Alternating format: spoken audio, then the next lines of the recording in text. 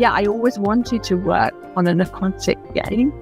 And there's something kind of calming about it as well. Like, I worked on a very high octane action adventures, whether it was something like Tomb Raider or Henry Sword or Mirror's Edge, kind of high octane, quite cinematic storytelling, something a little bit slower and gentler and kind of about hope in a kind of environment that feels just a bit of a happy place for me. Psychologically, I needed that as a human being at that moment. Like, the world is very difficult and quite dark in places at the moment, and having kind of happy place game to work on was brilliant, really.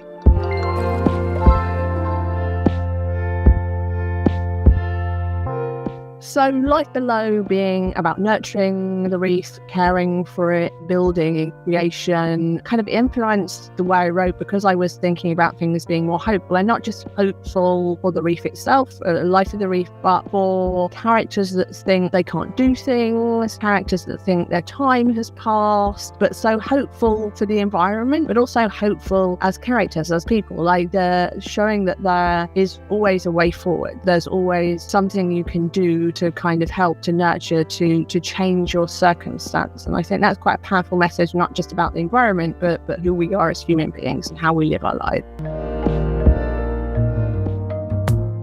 So the reason I came up with Pontus is because I wanted Thalassa to have someone to talk to that was on the same level as her, not like her boss, but a colleague, to have a growing relationship with, and to like open up and to share with in a way that she's not going to do with Gaia, her boss, and that someone would have some experience of kind of being in the field. Like, Gaia is the kind of overseer. She doesn't get involved in the trenches.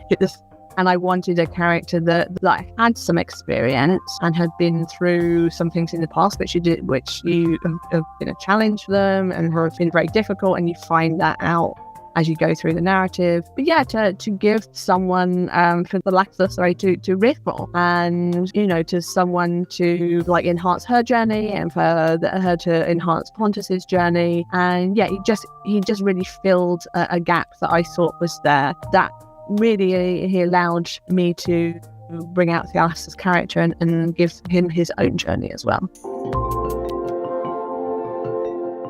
There are definitely a few moments between Pontus and Thalassa where they've reached more of an understanding, and Thalassa is supporting Pontus and telling them that he still has value, that she couldn't have done it without him, and she kind of understands more about what he's been through and his what's going on under the surface with him. And that kind of idea of connection and support. It's not a love story. It's not romance. It is about two characters supporting each other through kind of difficult times and coming to an understanding. And it's strength through difference and diversity. And there are certain moments and kind of lines where they're expressing that to each other that I really enjoyed writing.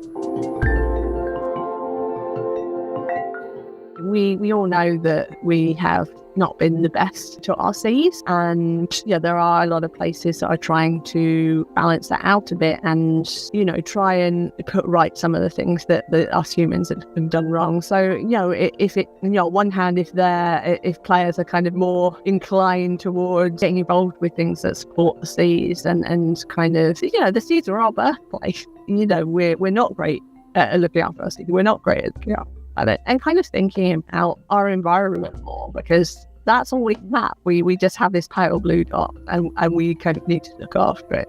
But it's also a method of that there is always a way forward. There is a way of rebuilding, and that can it can be a reef, or it can be some other aspect of your life. Like the idea of rebuilding and renewing and facing your problems and finding a way forward. It's not unique to this game, and you can use it to apply to lots of different things.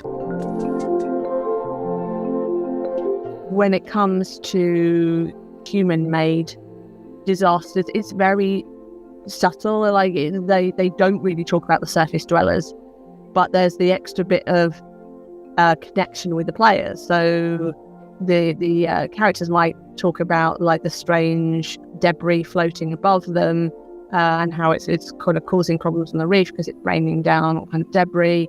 And we as players know that these are like, the plastic islands and things like that, that are causing so much problems. No one's saying that. No one is wagging fingers about that.